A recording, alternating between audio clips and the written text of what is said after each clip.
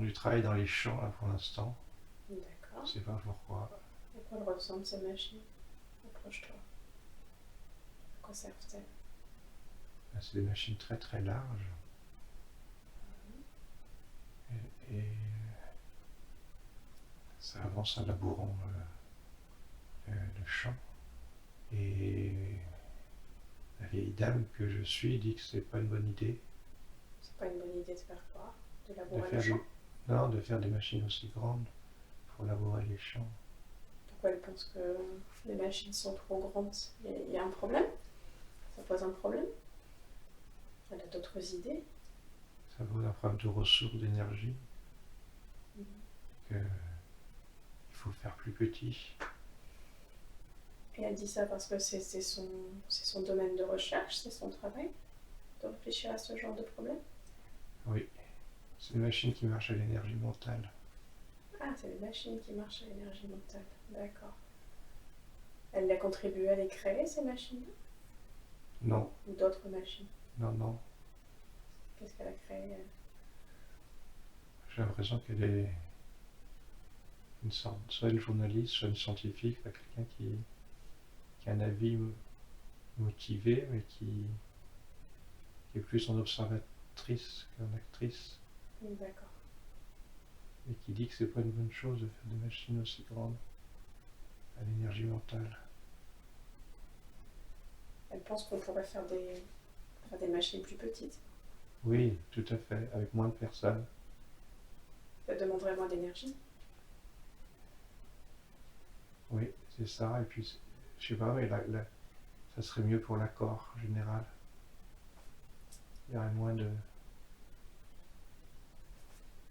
Ce serait mieux, pourquoi tu dis? L'accord général, l'accord de D'accord. tous. Ouais. Parce que ça marche avec des harmoniques, ça marche avec des fréquences qui sont beaucoup plus difficiles à harmoniser à plusieurs. D'accord. Ah bon, je sais pas ce que je raconte. Non, non, mais ça fait sens, non, je comprends tout à fait. Et elle donne son opinion. Est-ce qu'il y a quelqu'un qui va l'écouter, cette dame? Est-ce qu'elle arrive à se faire entendre? Non, c'est là le problème. D'accord, c'est ça son problème. Elle n'a pas le pouvoir. D'accord. Ceux qui l'ont veulent des machines toujours plus grosses. Et quelle va être l'issue de cette situation-là? C'est-à-dire qu'elle va continuer à avancer comme ça en n'ayant pas de pouvoir? Ça va la frustrer à la fin de sa vie? Est-ce qu'elle va trouver un moyen de se faire écouter à un moment donné, si tu avances dans le temps? Oui. Oui. Attends, je regarde, oui. Ouais. Dis-moi ce qui vient à toi. Elle discute avec d'autres personnes. D'accord. Une grande salle ronde, circulaire, avec beaucoup de lumière. Ouais.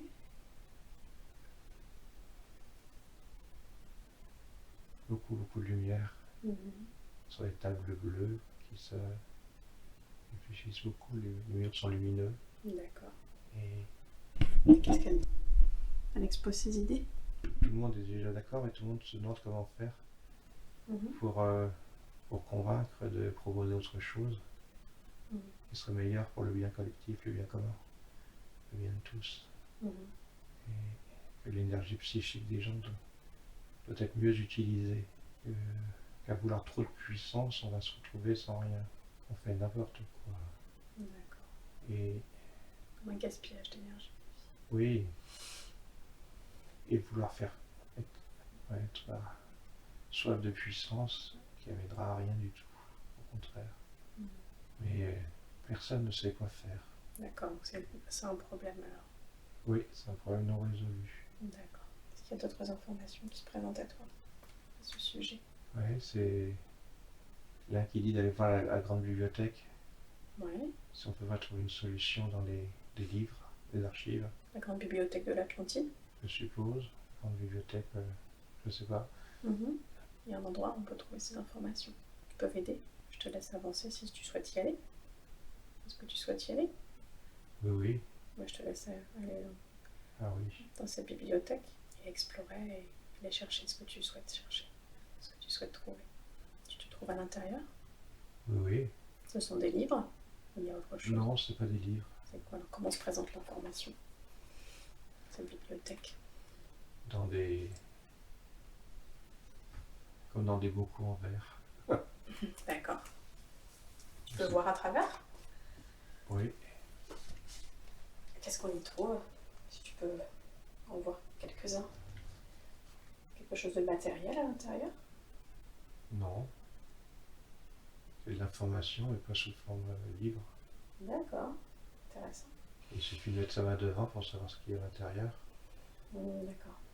Et là, j'en explore pas mal. Toujours dans le but de résoudre ce problème de machine? Oui. Enfin, non. De convaincre d'autres personnes d'agir différemment. D'accord.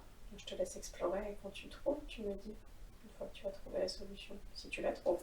Ok. Justement, c'est ça le problème, c'est qu'on ne trouve pas peut-être. Non, puis les images, mais bon, encore une fois, je ne censure pas, mais ça, je sais pas, ça fait film de science-fiction. Mais disons que là, je vois la bibliothèque explose, qu'il y a des éclairs et compagnie, puis tout est détruit. D'accord. Est-ce que tu sais ce qui a provoqué ça? Une destruction.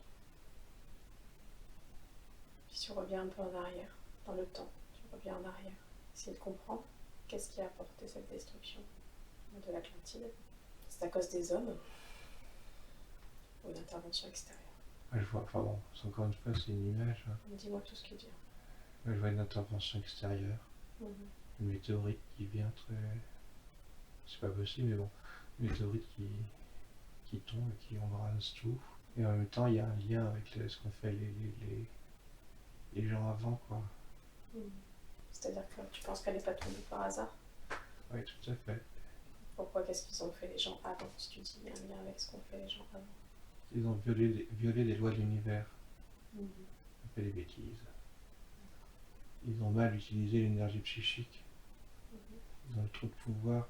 Ils ont voulu trop imbu du pouvoir et donc ça crée trop de désorganisation.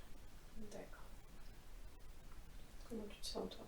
Maintenant, Là, dans cette scène-là, est-ce que ça te procure des sensations particulières, cette destruction? évidemment de la tristesse. Je me pense encore raté. Si tu regardes en arrière, pourquoi on t'a montré cette vie-là? Qu'est-ce qu'il fallait que tu comprennes? Laisse venir à toi tout ce qui peut t'aider là maintenant aujourd'hui. Dans ce que tu es venu rechercher. Donc si tu regardes cette vie-là, maintenant, qu'est-ce que tu devais apprendre de cette vie? Lâcher prise si les choses ne se passent pas comme je le souhaite. C'est ça. Ça vaut pour ta vie présente, j'imagine. Ah oui. Si on te la montrait. Autre chose? Lâcher prise sur les choses sur lesquelles je n'ai pas de prise, justement. Qui ne dépendent pas de moi. J'ai prévenu, ça s'est passé comme on pensait. Ils n'ont pas écouté. Je ne dois pas m'en sentir responsable. Tu avais justement... tu ne dois pas t'en sentir responsable. Tu avais un sentiment de culpabilité qui te restait à la fin de cette vie-là? Qui te restait? Ah oui, on dit toujours qu'on n'a pas utilisé les bons mots.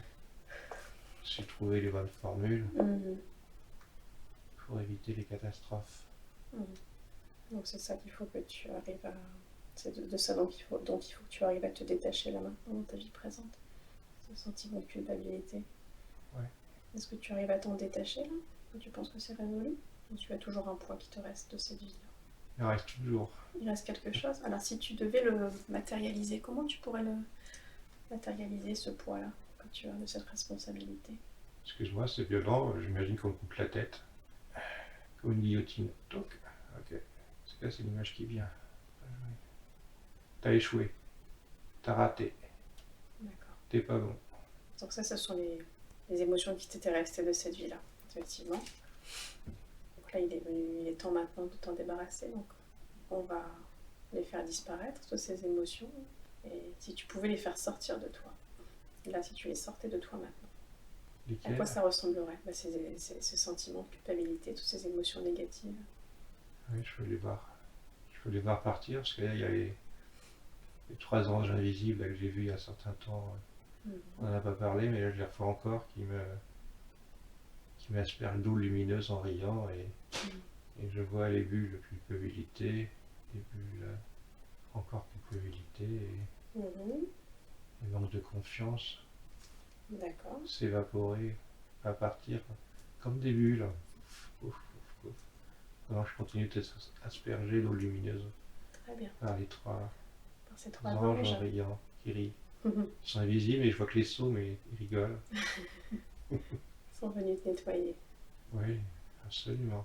Bon, on va les laisser finir leur travail. Il y en a un qui s'appelle Damien. Ah, merci Damien Merci Damien. d'être venu t'aider. Il y en a l'autre qui s'appelle Erika. Erika, oui. Puis la troisième, je ne sais pas, je l'ai jamais su. Merci Erika. Et merci à l'autre personne qui souhaite rester anonyme. Sauf si elle souhaite te présenter son prénom là maintenant, peut-être. Ou alors la première lettre de son prénom. Tu peux visualiser une lettre, non? R.